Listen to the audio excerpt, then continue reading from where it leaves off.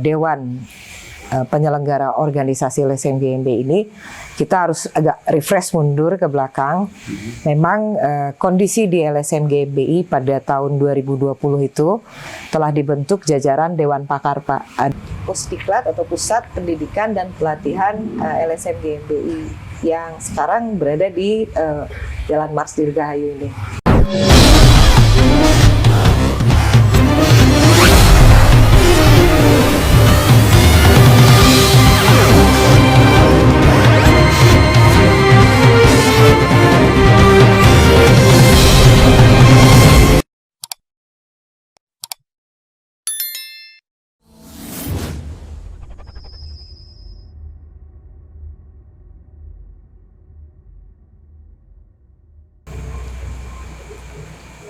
Assalamualaikum warahmatullahi wabarakatuh.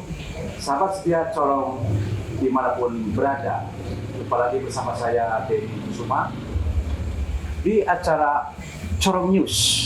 Cara mensosialisasikannya bagaimana Bu terkait Pusdiklat yang tadi Ibu katakan, seperti apa? Jadi saya harapkan juga ini saya berterima kasih kepada tim Corong yang sudah hadir pada malam hari ini. Sama-sama Ibu. Kemudian bersedia untuk mewawancarai, dan ini juga saya menginginkan Corong ini bisa menjadi sebuah alat dan sarana untuk sosialisasi berbagai kebijakan yang hari ini kita lakukan di LSM GMBI. Juga mungkin sarana edutainment ya, sedikit menghibur, tidak bosan gitu ya, tidak harus melalui rapat saja gitu berbagai kebijakan itu disosialisasikan. Mungkin lebih efektif di zaman digitalisasi dengan pola-pola seperti ini. Ini juga sangat bermanfaat. Dan kami pun akan selalu eksis ya Bu. Ya gitu. Jadi lanjut. Intinya barangkali interview-interview gini juga menjadi sarana untuk internalisasi berbagai kebijakan strategis yang dilakukan dan dilanjutkan oleh Dewan Komite. Jadi mungkin untuk Pusdiklat khususnya Pak, kita akan membuat sebuah surat edaran dan surat perintah Pak. Jadi level semua anggota wajib kembali untuk melakukan pendidikan dasar, kemudian nanti disaring kembali dan dipilih ada pendidikan menengah, kemudian pendidikan lanjutan. Di mana Pusdiklat ini ada dua hal Pak.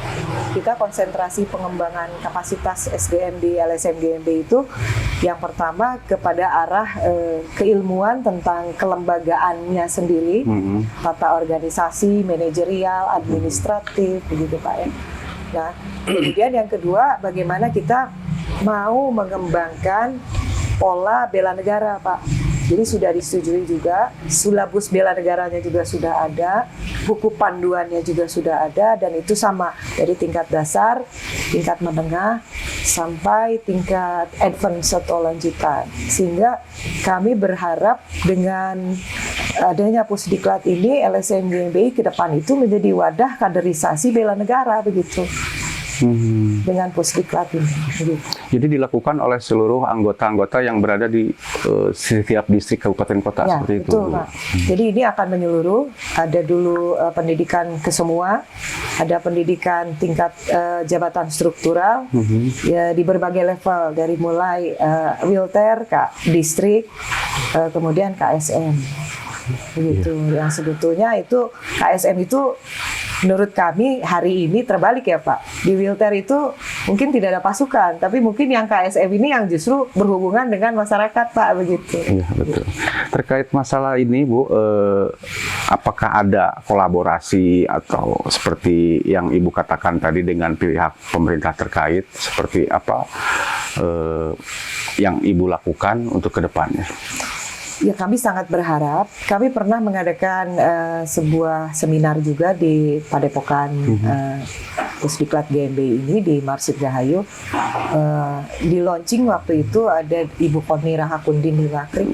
Beliau memberikan juga sebuah pemahaman tentang bela negara di GMBI, di mana itu adalah awal dari kami mau melaksanakan kondisi-kondisi pusdiklat. Tentunya dengan adanya jajaran Dewan Pakar yang 12 itu, kami pun berharap Dewan Pakar ini kan berasal dari akademisi, dari berbagai universitas yang sudah terakreditasi baik dan pemerintahan. Ya kami berharap mereka juga bisa memberikan kontribusi narasumber serta berbagai keilmuannya untuk membangun kapasitas sumber daya manusia di LCPT. Baik Ibu, boleh cerita lagi terkait ada sedikit lagi Bu pertanyaan yang untuk supaya Ibu bisa menyikapi insiden pasca kejadian di Mapolda, bisa diterangkan lagi sedikit Bu biar sahabat Corong lebih. Oke.